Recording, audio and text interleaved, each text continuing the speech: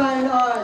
Pinili ko po ang tugtog na to sapagkat naniniwala po ako ang tugtog na to ay magbubukas ng ating isipan at ng ating puso na mahalin natin ang sarili nating bayan.